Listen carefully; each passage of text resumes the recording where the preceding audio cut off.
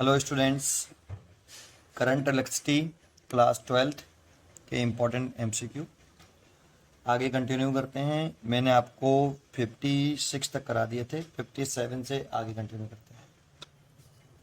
57 आप रीड करिए और रीड करके क्वेश्चन को वीडियो को पॉज करके पहले इटसेल्फ ट्राई करिए, कॉपी पेन निकाल के बैठिए। चलो स्टार्ट करते हैं। 57 ये रहा 57 question.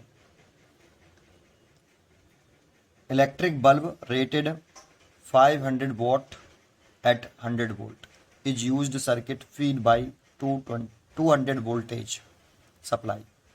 Then resistance are to be put in series with bulb so that bulb deliver 500 watt each. ठीक है, देखो बल्ब है आपका, ये एक बल्ब।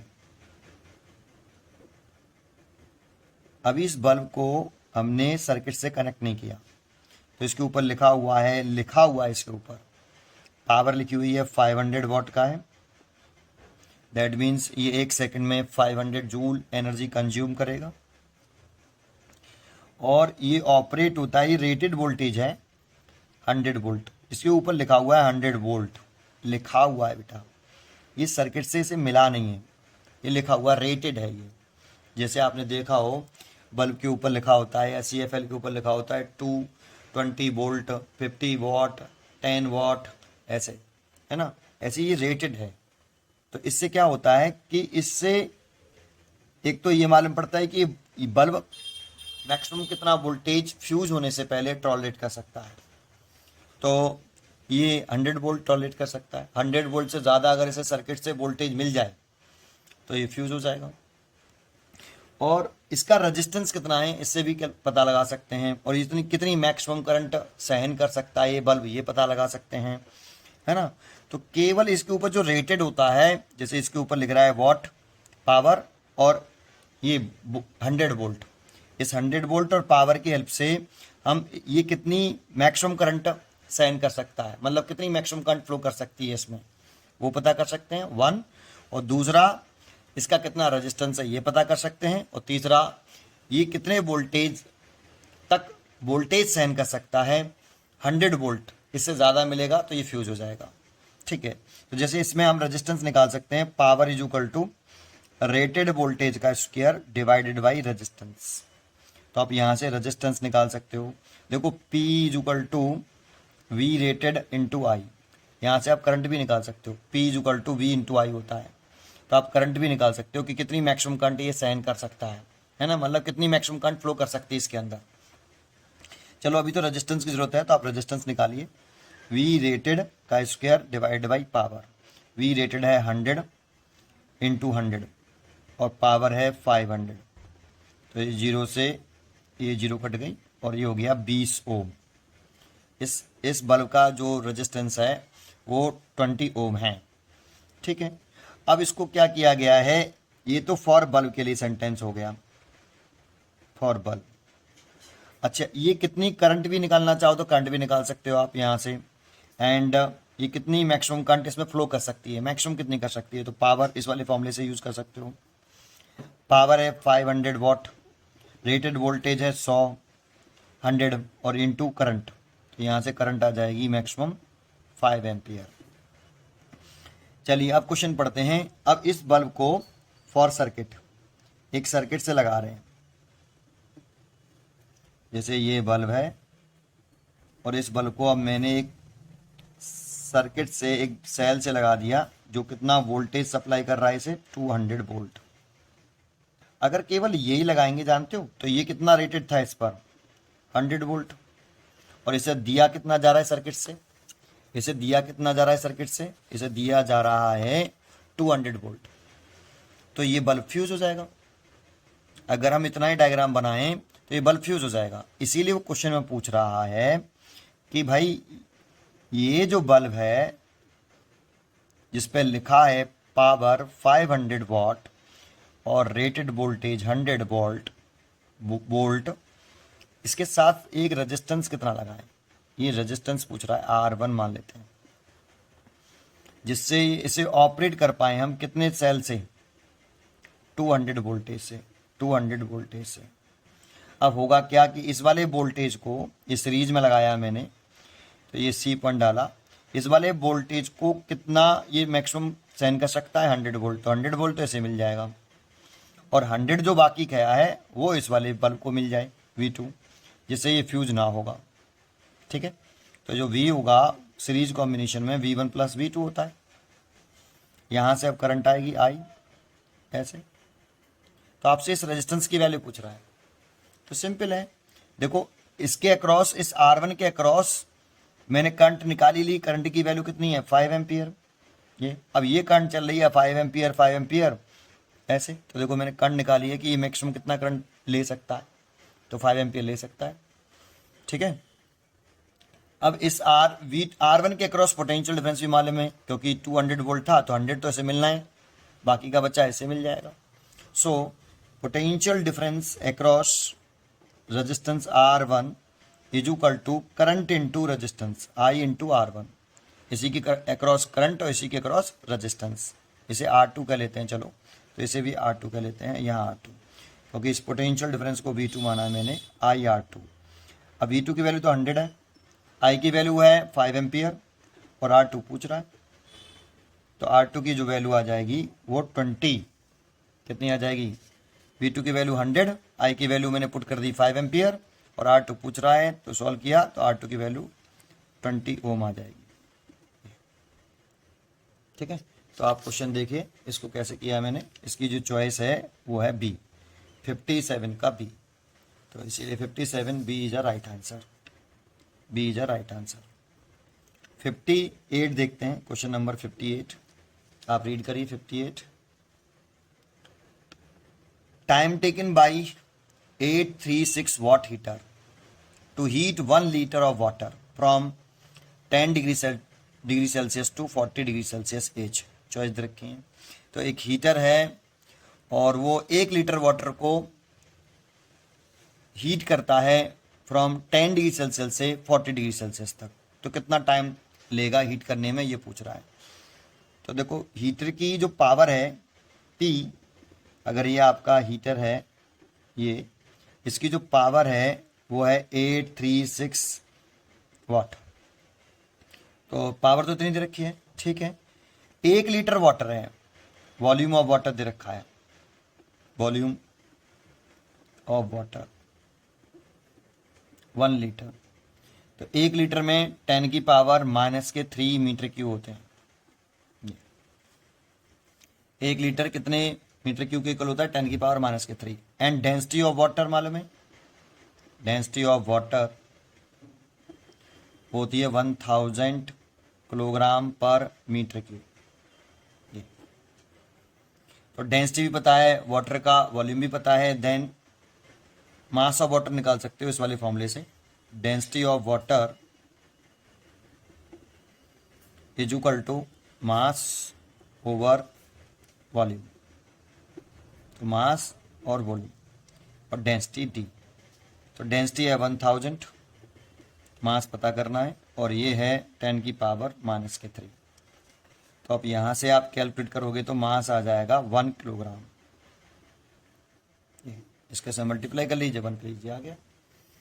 ठीक है, कितना टेम्परेचर राइज करना है, राइज इन टेम्परेचर, तो डेल्टा थीटा लिख लेता हूं, तो θ2 - θ1। तो वो कितना कह रहा है, 10 degree Celsius to 40 degree Celsius कह रहा है।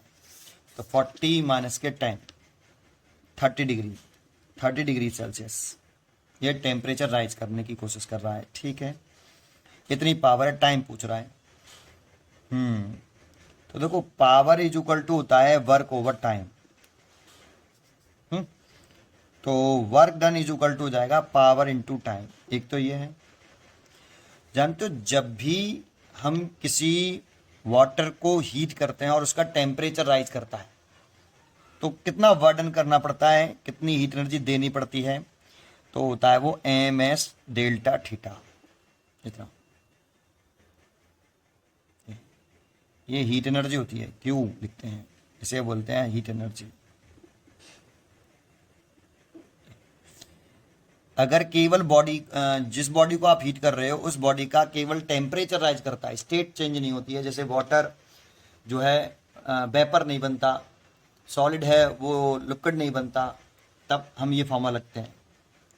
जब भी किसी बॉडी को हम हीट करें और केवल टेम्परेचर राइज करें तो हीट एनर्जी जो होती है वो एम एस डेल्टा थीटा। और ये जो लिख रहा हूं मैं work done is equal to heat energy, इसे जूल्स लॉ बोलते हैं, जूल्स लॉ। और जूल्स लॉ के according W is equal to Q और Q is equal to M S delta T, M S delta theta. तो PT इज इक्वल टू लिख सकते हो आप एम एस डेल्टा थीटा, ये वाला रिलेशन। अब हियर यहां जो S है इसका नेम होता है specific heat. S is called क्या, specific heat. S specific heat है। और ये वाटर की जो स्पेसिफिक हीट होती है, वाटर जो होता है उसका स्पेसिफिक हीट होती है, वो होती है 1 कैलोरी या 1 किलो कैलोरी ऐसे। और आप इसे चेंज करोगे तो 1 किलो कैलोरी में 10 की पावर 3 कैलोरी, और 1 कैलोरी में होता है 4.18 जूल, है ना। आप देखो इसको थोड़ा सा ऐसे, स्पेसिफिक हीट होती है 1 किलो कैलोरी। अगर इसे कैलोरी में चेंज किया 10 पावर 3 कैलोरी, और जूल में चेंज करेंगे तो एक कैलोरी में 4.18 जूल होता है। तो जूल में लिखना है स्पेसिफिक हीट आपको। तो ये होती है वाटर की स्पेसिफिक हीट जूल में। यहां से अगर आप वैल्यू पुट करोगे तो टाइम निकालना है आपको, तो M S delta theta divide by power. अब देखो हमारे पास सब कुछ है, मास है जो कितना निकाला मैंने 1 kg, तो 1 kg, और स्पेसिफिक हीट है 4.18 10 की पावर 3, और राइज एंड टेम्परेचर है 30 डिग्री सेल्सियस, और पावर है आपकी 836 वाट। तो 836 वाट। बस इसे कैलकुलेशन करना है, तो कैलकुलेशन करते हैं। आपका 4.18 मल्टीप्लाइड बाई 30 और डिवाइडेड बाई 836.15 और 10 की पावर 3, तो ये आ जाएगा 150 आ रहा है, या कितना आ रहा है, ये कुछ गड़बड़ कर दी क्या। 4.18 m 836 कितना आ रहा है, ये आंसर देखते हैं।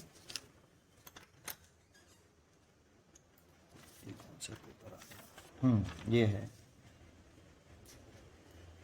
किलो जूल आ रहा है, 15 किलो जूल।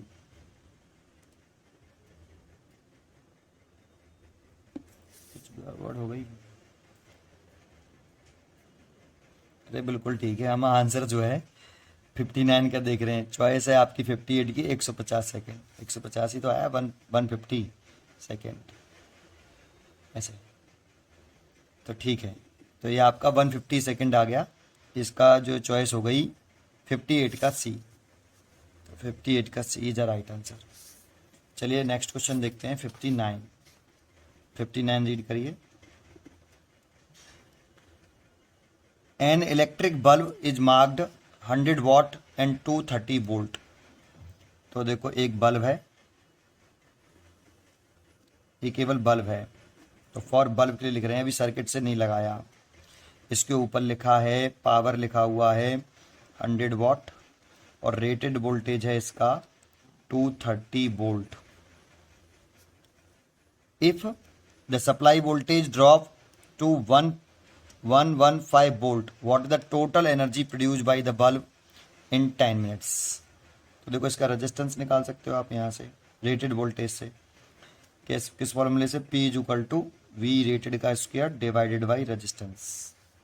तो आप यहाँ से रेजिस्टेंस कैलकुलेट करोगे तो वी रेटेड का स्क्वायर डिवाइड बाई पावर, और रेटेड है 230 और 230, और ये हो गया 100, तो ये 23 मल्टीप्लाइड बाई 23 ओ।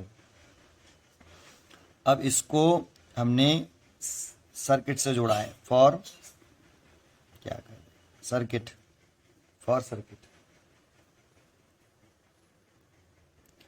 तो फॉर सर्किट इस बल्ब को अगर हम एक सर्किट से लगा दें जिसकी कितना वोल्टेज है, सर्किट से कितना मिल रहा है इसको, 115 वोल्ट मिल रहा है।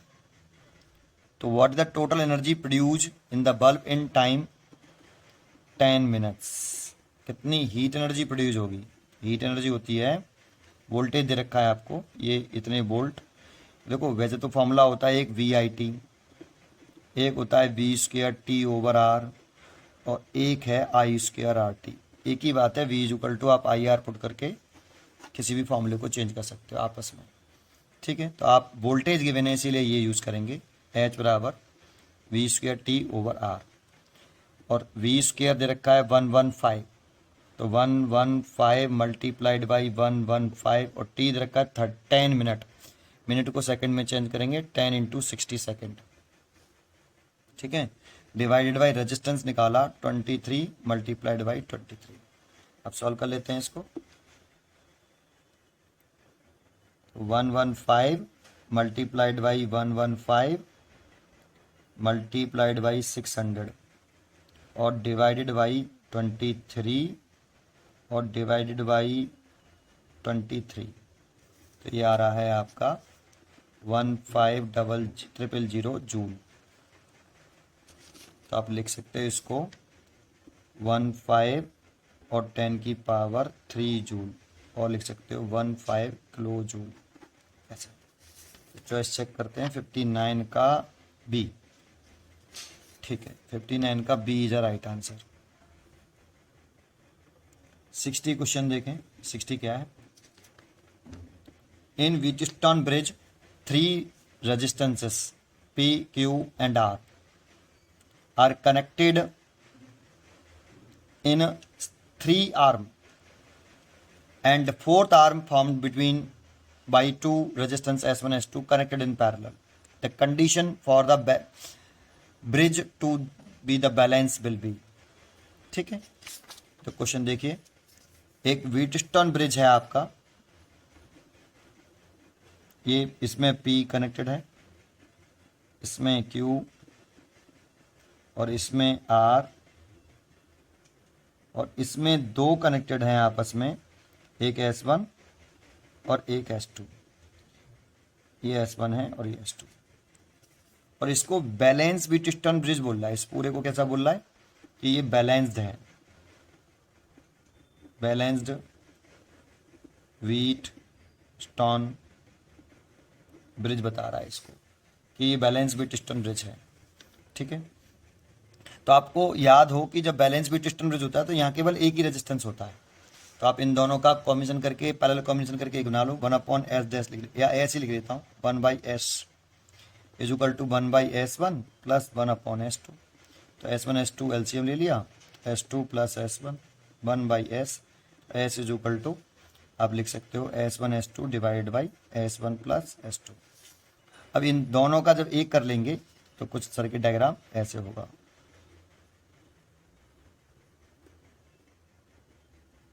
ये P ओम हो गया, ये Q और ये R और ये S। और condition for balance Wheatstone bridge, balanced Wheatstone bridge, P over Q का रेशियो, इफ अगर IG अगर 0 हो तो P और Q का रेशियो और R और S का रेशियो इक्वल होता है। ये तो P है, Q भी Q है, R है, और S की जो वैल्यू है वो है S1 S2 ओवर, ऊपर पहुंच जाएगा फिर ये S1 प्लस S2, तो ये रिजल्ट आ जाएगा ऐसे। ठीक है, तो बच्चों चेक कर लेते हैं क्या रिजल्ट है। फर्स्ट तो है ही नहीं है, second P/Q R S1 plus S2 और S1/S2, यही बी चॉइस करेक्ट आंसर है। ठीक है, नहीं इसमें 2 आ गया नीचे, 2 S1 S2, तो 2 तो है नहीं है, इसीलिए आपका B is a correct answer, B is a correct answer. ठीक है, नेक्स्ट देखते हैं अगला क्वेश्चन।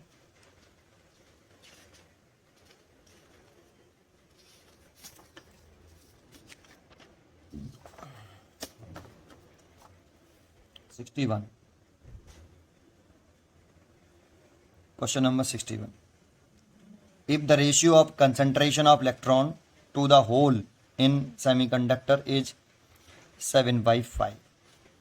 तो देखो ये कंसंट्रेशन ऑफ इलेक्ट्रॉन है 7/5, तो N1 ये तो इलेक्ट्रॉन के लिए है, और 2 होल ये N2 ये होल के लिए है. ये कंसंट्रेशन दे रखी है 7/5. द रेशियो ऑफ करंट, तो रेशियो ऑफ करंट दे रखा है इलेक्ट्रॉन के लिए करंट जो है आपकी, और होल के लिए जो करंट है उसका रेशियो, ये ड्यू टू इलेक्ट्रॉन की वजह से करंट, ये ड्यू टू होल की वजह से करंट 7/4 है. What is the ratio of their drift velocities, तो आपने पढ़ा हुआ I is equal to NeAVD. तो यहाँ फॉर इलेक्ट्रॉन के लिए लिखें, I1 लिखा है हमने इलेक्ट्रॉन के लिए, N1 लिखा है इलेक्ट्रॉन के लिए, और ये E ये लिखा है, ये इलेक्ट्रॉन लिखा है EA, और ड्रिफ्ट वेलोसिटी VDE. और फॉर होल के लिए लिखे हैं तो डिवाइड कर देते हैं साथ साथ, I2 ये होल और डिवाइड कर दिया, N2 ये होल, EA और ड्रिफ्ट वेलोसिटी ऑफ होल. ठीक है.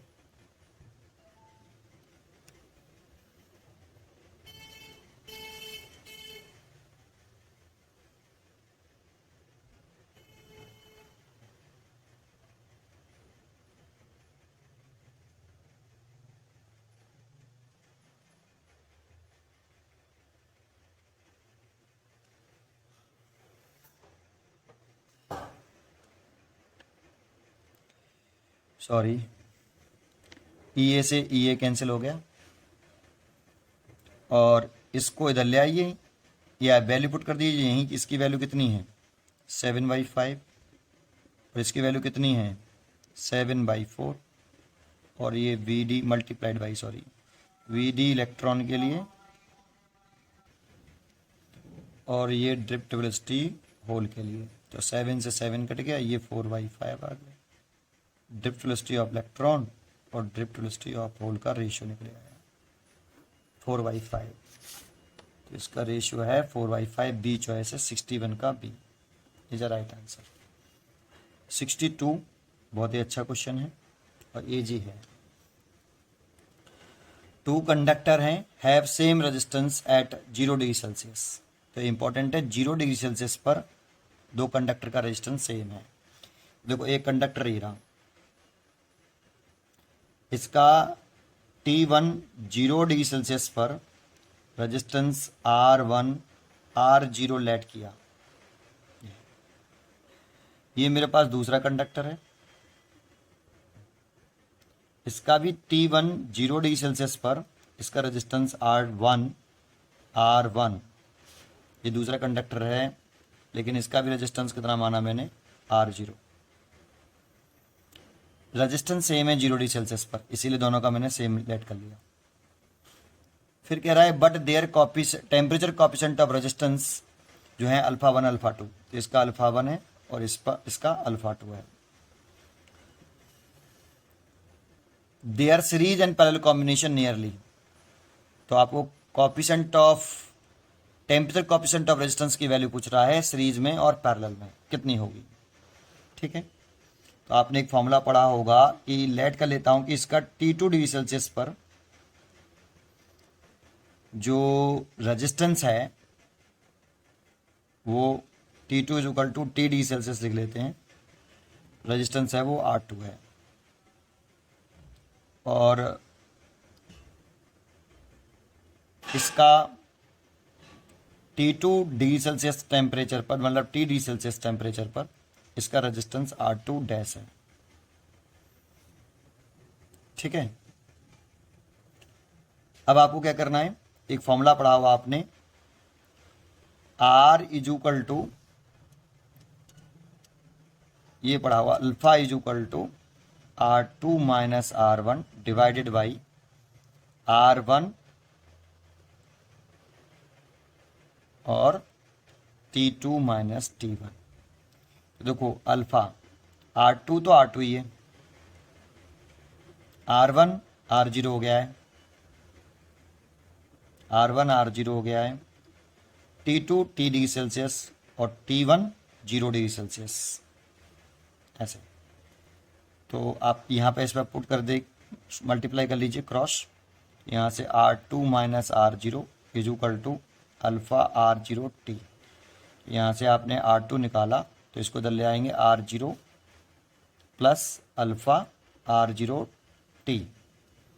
तो आप यहाँ से R2 इज इक्वल टू लिख सकते हो R0 1 plus alpha T।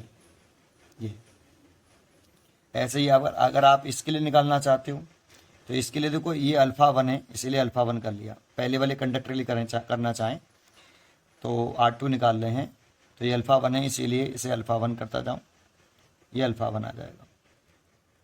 Similarly अगर R2 डैश निकालना चाहते हो तो इनिशियल रेजिस्टेंस R0 तो सेम ही है आपका, है ना, और 1 प्लस अल्फ़ा 2 T, ये पहले कंडक्टर का रेजिस्टेंस हो गया T डी सेल्सियस पर, और ये दूसरे कंडक्टर का। सीरीज कॉम्बिनेशन कर रहे हैं, इन सीरीज कॉम्बिनेशन। तो देखो दो चीजें करनी है, एक तो T1 डिग्री सेल्सियस पर सीरीज कॉम्बिनेशन करें, तो सीरीज करने पर R0 series is equal to R0 plus R0। ये मैंने किया है T1 0 डिग्री सेल्सियस पर, 0 डिग्री सेल्सियस पर इसका रेजिस्टेंस था R0, और 0 डिग्री सेल्सियस पर इस वाले कंडक्टर का रेजिस्टेंस भी था R0। तो मैंने 0 डिग्री सेल्सियस पर दोनों का रेजिस्टेंस निकाल लिया, ये आया 2R0। अब मैं T डिग्री सेल्सियस पर रेजिस्टेंस का रेशियो वो निकालूं तो R T S is equal to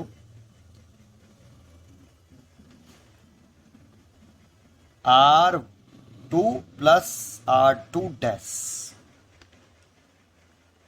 देखो ये जो है T डिग्री सेल्सियस पर इसका R2 है और T डिग्री सेल्सियस पर इसका R2 डैश है। तो इन दोनों रेजिस्टेंसों का सीरीज कॉम्बिनेशन करके निकालना चाहते हैं, टोटल रेजिस्टेंस कितना आएगा। तो T डी सेल्सियस पर रेजिस्टेंस आया सीरीज कॉम्बिनेशन में R2 प्लस R2 डैश, ठीक है। RTS की वैल्यू अगर मैं इस वाले फॉर्मूले से लिखूं, इस वाले फॉर्मूले से, तो क्या लिखूंगा, RTS है सीरीज वाला कॉम्बिनेशन का है, तो ये R0, तो R0 भी सीरीज वाला लिखेंगे, तो हम लिखेंगे R0 S 1 प्लस अल्फा, यही निकालवा रहा है सीरीज, चलो लिख देता हूं, और टेम्परेचर T डी सेल्सियस पे कर रहे हैं, इज इक्वल टू R2 की वैल्यू लिखें तो R2 की वैल्यू ये लिख रही है R0 1 plus alpha T alpha 1 T plus R0 R2 dash की वैल्यू पुट कर रहा हूं, ये रही 1 प्लस अल्फा 2 T, ऐसे।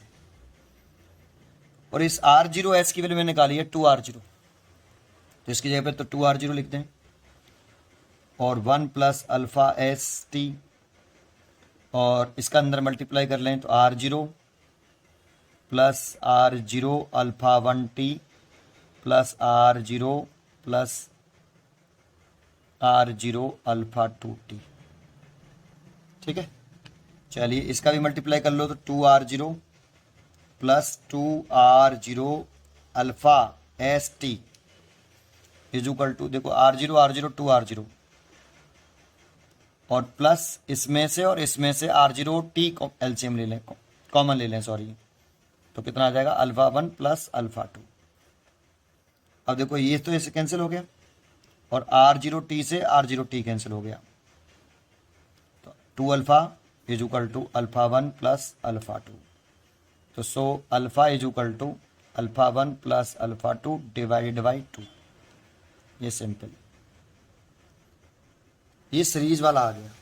बिल्कुल सिमिलरली आपको पैरेलल वाला करना है, तो देखो पैरेलल वाला क्या करना है, यहां तक तो बिल्कुल सेम रहेगा ऐसे के ऐसे, ये वाला सेंटेंस, ठीक है।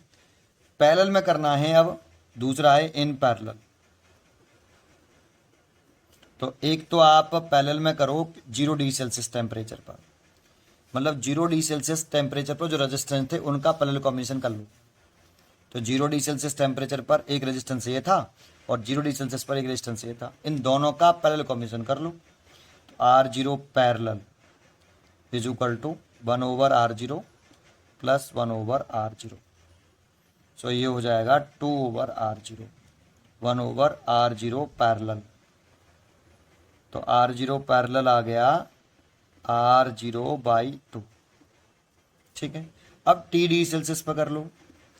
T डिग्री सेल्सियस पर इसका रेजिस्टेंस था इस पहले कंडक्टर का R2 और दूसरे कंडक्टर का T डिग्री सेल्सियस टेम्परेचर पर रेजिस्टेंस था R2 डैश। इन दोनों का पैरेलल कॉम्बिनेशन कर लो। तो T डिग्री सेल्सियस पर कर रहे हैं इसीलिए RT parallel is equal to 1/R2 plus 1/R2 dash. इसकी वैल्यू पुट कर दो RT की। कौन से फॉर्मूले से पुट करेंगे? जैसे ये लिखा है इस वाले फॉर्मूले से कर दो। तो देखो ये पैरेलल वाले का है इसीलिए R0 भी पैरेलल वाले का आएगा, 1 प्लस अल्फा भी पैरेलल वाले का आएगा और टेम्परेचर T डिग्री सेल्सियस पे कर रहे हैं तो मैंने लिख दिया ऐसे। ऐसे ही R2 की वैल्यू ये वाली पुट कर दो, R0 1 प्लस अल्फा 1T और 1/R2 डैश की वैल्यू पुट कर दो, R0 1 plus alpha 2T। R0 P की वैल्यू मैंने निकाली, देखो R0 P की वैल्यू कितनी है, R0/2। तो इस जगह पे अगर R0/2 रखें तो 2 पर पहुंच जाएगा। तो 2/R0 1 plus alpha PT is equal to 1/R0 common ले सकते हो। देखो यहाँ से आप 1/R0 कॉमन ले सकते हो, 1/1 प्लस अल्फा 1T और 1 प्लस अल्फा 2T। ऐसे R0 से R0 कैंसिल हो गया। 2 इस वाले को अगर ऊपर ले जाएं तो पावर चेंज हो जाएगी, अल्फा T इसकी पावर -1 और इसको भी ऊपर ले जाएं तो 1 plus alpha 1T power -1 plus 1 plus alpha 2T power -1। फिर इसमें एक बाइनोमियल थ्योरम होती है, बाइनोमियल थ्योरम, 1 प्लस x की पावर n। अगर ये 1 हो और 1x से बड़ा हो तो 1 प्लस n nx, इस n का मल्टीप्लाई इसमें हो जाता है, n इज पावर। तो ये वाली पावर इसमें थ्योरम लगा दो। तो 2 1 प्लस ये -1 का मल्टीप्लाई इसमें हो जाएगा, ये x हो गया, ये 1 प्लस x की पावर n, तो माइनस आ जाएगा यहाँ alpha t, alpha p t। नीचे स्टेप लिखता हूँ, सॉरी यहाँ लिखता हूँ 2 1 minus alpha PT is equal to, इसको लिख सकते हो 1 माइनस अल्फा 1T प्लस इसको लिख सकते हो 1 माइनस अल्फा 2T। तो देखो 2 का मल्टीप्लाई कर देंगे, 2 × 2 अल्फा PT और 1/2 हो गया। और यहाँ से अगर आप T कॉमन ले लोगे तो अल्फा 1 प्लस अल्फा 2। तो देखो 2 से तो ये 2 कट गया और ये हो गया माइनस के 2 अल्फा PT और माइनस के T alpha 1 plus alpha 2। Minus के T से ये माइनस का T कट गया तो ये अल्फा P आ गया alpha 1 plus alpha 2 divided by 2। Same आ रहा है, सीरीज में भी इतना ही आ रहा था, alpha is equal to alpha 1 plus alpha 2 divide by 2 और यहाँ पे भी alpha 1 plus alpha 2 divide by 2। तो देखते हैं इसकी चॉइस क्या होगी। तो इसकी फर्स्ट चॉइस नहीं है, सेकंड भी नहीं है, थर्ड भी नहीं है, fourth D choice is right answer. 62 है ये, 62 का D is a right answer. ठीक है, नेक्स्ट है आपके, अब देखो ये सारे क्वेश्चन जो हैं इसके बाद बहुत ही इजी हो गए हैं, थ्योरेटिकल हैं सारे के सारे और ये आधे नंबर में आने के चांस हैं। बहुत अच्छे क्वेश्चन हैं, ये भी थ्योरी वाले हैं। इसको नेक्स्ट वीडियो में देखेंगे। थैंक यू, पढ़ते रहिए एंड खुश रहिए।